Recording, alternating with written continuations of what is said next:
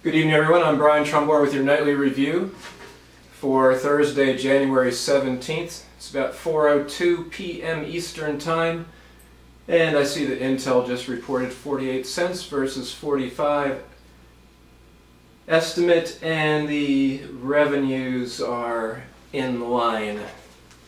Well, stocks hit five-year highs today, though I think the Dow Jones fell a little short at the end. Dow closed up 85 points at 13,596. The S&P is at a new five-year high.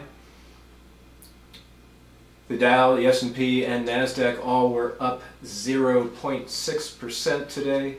The small cap Russell 2000 is at an all-time high. Weekly jobless claims figure came in at a five-year low. That's good. Housing starts for December were well above expectations, capping the best year since 2008. So despite some mediocre at best earnings reports from Citigroup and Bank of America, the rally continues.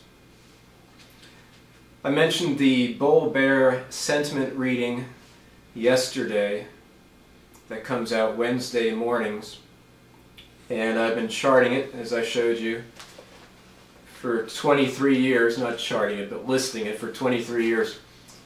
So yesterday it came in at 53.2 for the bulls and 22.3 for the bears, or a over 30-point spread, which historically between the bull and the bear is a danger level. So I went back to when the Dow and the S&P hit their all-time highs, which was the same day, October 9th of 2007, and the bull-bear ratios for the 2 weeks around that time were 60.2 to 21.5 bears, and then the following week after the high, 62 bulls, 19.6 bears, and then we had a wicked fall until the lows of March 2009. So it's one indicator, one arrow in the quiver. It's contrarian indicator. The trend can continue a few weeks. Obviously, there will be even more bulls when next Wednesday's reading comes out. But just keep it in mind. One other positive, though, that I've been noting on a personal basis in terms of my own viewpoint, it does appear that Republicans are having second thoughts about going to the mat on the debt ceiling and may draw the line instead with the sequester or continuing resolution. That's what I want them to do. If this is indeed what Republicans are going to do, it's helpful. A note in Europe, Bloomberg's monthly survey of economists for the Eurozone has GDP there unchanged in the first quarter before rising a whopping 0.1% in the second. For all of 2003, economists say the Eurozone will decline 0.1%. Italy's economy is projected to continue contracting in the first 2 quarters of the year. Silvio Berlusconi, by the way, is gaining in the polls for the February 24-25 election, though Berlusconi said he wouldn't be prime minister should his party win the vote, though I don't think that's going to happen. The Bloomberg survey says Spain's economy will contract 1.5% for all of 2013. Boeing's safety crisis deepened as the Federal Aviation Administration grounded all 787 Dreamliners, and regulators worldwide followed suit. The Japanese actually acting before the FAA. The FAA's action followed a second apparent fire in a battery on one of the airliners, as I described yesterday. The FAA made it clear that despite confusion about the second incident's exact circumstances, it regarded it as having involved the risk of a serious fire. The FAA said the battery failures resulted in release of flammable electrolytes, heat damage, and smoke on 2 Model 787 airplanes. The root cause of these failures is currently under investigation. These conditions, if not corrected, could result in damage to critical systems and structures, and the potential for fire in the electrical compartment. At the worst, Boeing has a flaw in the aircraft's electrical system that will require a wholesale redesign. At best, the 2 fires could have simply resulted from flaws in the manufacturing of the 2 batteries involved, with few wider implications. And at day's end, Boeing had rallied 90 cents after being down this morning on the belief it was indeed a manufacturing flaw in the lithium batteries, specifically a Japanese manufacturer, Kyoto. All right, let's review what we know is the situation in Algeria, and let's go back to the beginning. Al-Qaeda-linked terrorists, possibly 20 of them, took at least 40 hostages at the BP, Statoil, and Algerian state gas venture at Amenas. The Islamists had no escape route, the Algerian army having surrounded them. Defense Secretary Leon Panetta in Rome called it a terrorist attack. 1 Brit and 1 Algerian were killed in the initial attack. There were hostages from the US, Ireland, Britain, France, Japan, and Norway at least. The Algerians said they would not negotiate with the terrorist. The leader of the terrorists said the attack was retribution for France's actions in Mali. Some of the hostages got through to various news outlets, this is last night, and said they were made to wear belts of explosives as a deterrent. For nations such as Britain that have the special ops forces capability to launch a rescue attempt, the remoteness of the site was a major hindrance. It's 1,000 miles from the seacoast and 800 miles from Algiers. So then the Algerian army suddenly acted. At least 4 hostages escaped or were freed, but there are casualties. It appears Algerian helicopter gunships fired at vehicles on the move, and hostages were undoubtedly in some of them. Algeria didn't tell the leaders of the nations whose citizens were being held hostage what it was about to do. British Prime Minister David Cameron, for one, was a little ticked about that. Japan asked Algeria to stop the operation, so it's still very fluid. But less than an hour ago, Algerian state television said 2 Brits and 2 Filipinos had died. But then I just read a separate report on Reuters, and it's talking about 6 hostages being killed, and I don't know if they're confusing these 4 and the 2 killed initially, but again, it's very fluid. In Mali, Malian soldiers claim to have recaptured a key town of Kona, but there's 0 confirmation. French airstrikes continued on Diaboli. French forces are up to about 1,400 on the way to 2,500. The first African forces were supposed to come in today.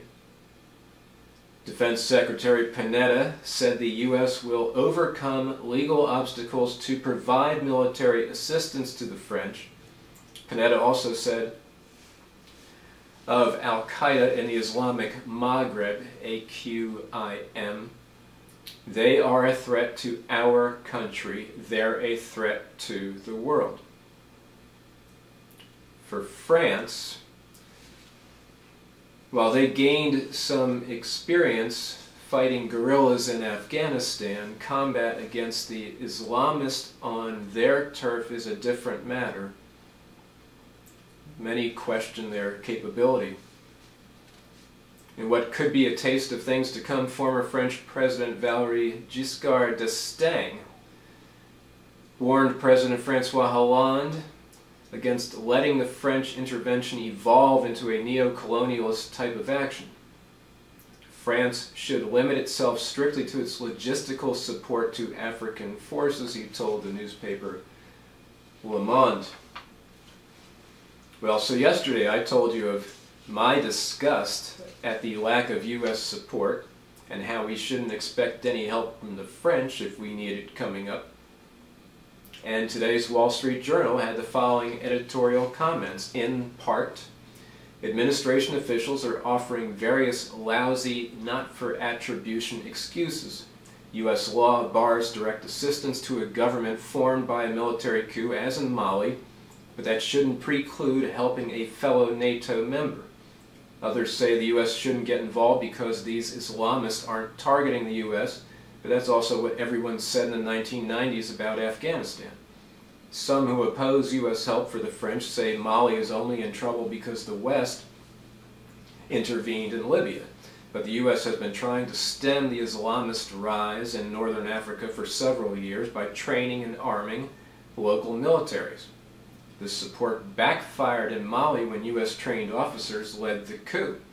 The mistake wasn't the NATO-led intervention against Muammar Gaddafi, but the West later near total disengagement, which created a vacuum that terrorists filled.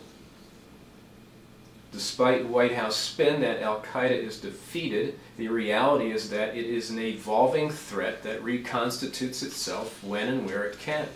As al-Qaeda was pushed out of South Asia and Iraq, it found new havens in Yemen and most recently in northern Africa. French President Francois Hollande deserves credit for acting against this threat, and the U.S. should give the French whatever support they need to win this fight as quickly as possible. But in France, French unity is already cracking. Critics say France has opened a new front in the war on terror that it is ill-equipped to face on its own. Hélène Juppé, a respected former foreign minister, said, "I fear that we have got ourselves into a spiral that we are going to have a lot of difficulty in mastering. We are facing an extremely high risk and we are alone." In Israel, the election that is being held next Tuesday is getting rather contentious. Back when Prime Minister Netanyahu called for the early vote, it was thought he and his coalition partners would romp. But the latest poll from Channel 10 there has the Netanyahu-Avigdor Lieberman ticket, the Likud Beitenu parties, at just 32 of the 120 seats in the Knesset. Currently, the two parties currently have 45. Now, Netanyahu will still win, and in Israel you have 90 days to form a new government, so he'll cobble a ruling coalition from among all the other disparate parties, but this isn't what he expected last fall.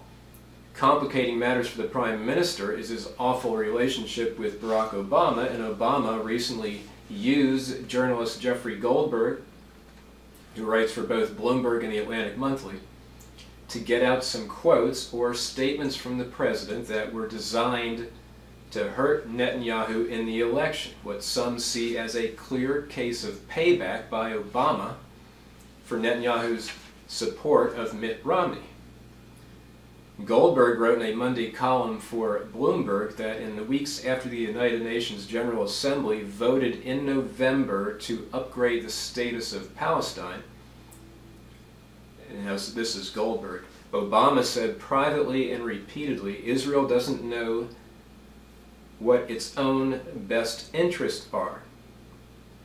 With each new settlement announcement, in Obama's view, Netanyahu is moving his country down a path toward near total isolation. So that was Goldberg's account. When questioned Wednesday about the preceding, Netanyahu said, "I think everyone understands that only Israeli citizens will be the ones who determine who faithfully represents the vital interest of Israel. Meanwhile, a spokesman for Egyptian President Mohamed Morsi said that inflammatory comments that Morsi made about Jews before taking office had been intended as criticism of Israeli policies toward the Palestinians, but had been taken out of context. The spokesman said that Mr. Morsi respected all monotheistic religions, belief in one deity, and religious freedom, and that the comments were meant as criticism of the racist policies of the Israeli government, not as insults to Jews. Well, on a far lighter note, I hope you saw the Australian amateur who, in the state of Victoria, astonished experts by unearthing a gold nugget weighing 177 ounces, valued at about $315,000. He used a handheld metal detector, and it was lying 60 centimeters underground near the town of Ballarat. And finally, as for the Monte Teo story, the beyond bizarre tale of a supposedly deceased girlfriend who doesn't exist. I liked what Steve Politi of New Jersey's Star Ledger, he's a terrific reporter, what he wrote. Quote, "So what can we believe anymore? That, sadly, is the takeaway from the Monte Teo story, which might be the most convoluted and jaw-dropping sports story in, well, ever. Cynicism has taken over everything about sports in this era, from the chemically enhanced athletes to the resume-padding coaches. We are so used to being duped, so accustomed to having our idols exposed as total frauds and our record books tossed into the fireplace, that we should be numb to it all. No athletic feat is immune from scrutiny, no superstar exempt from seeing his reputation dragged through the mud or doing it himself. But this one, a fake dead girlfriend, an elaborate online hoax, this is all too much. A baseball slugger with biceps the size of bowling balls. Shame on us, the sports media, for not working harder to expose the fraud that was playing out in front of us. But the Teo story wasn't one that raised those red flags. You'll have to forgive me for missing this day in journalism school.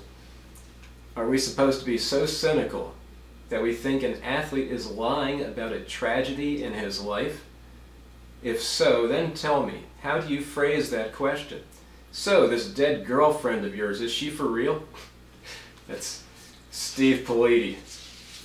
Well, I'm going to be back with you next Tuesday. I'm taking Martin Luther King Day off. Got to start working on my taxes. Keep the men and women of our armed forces in your thoughts and prayers.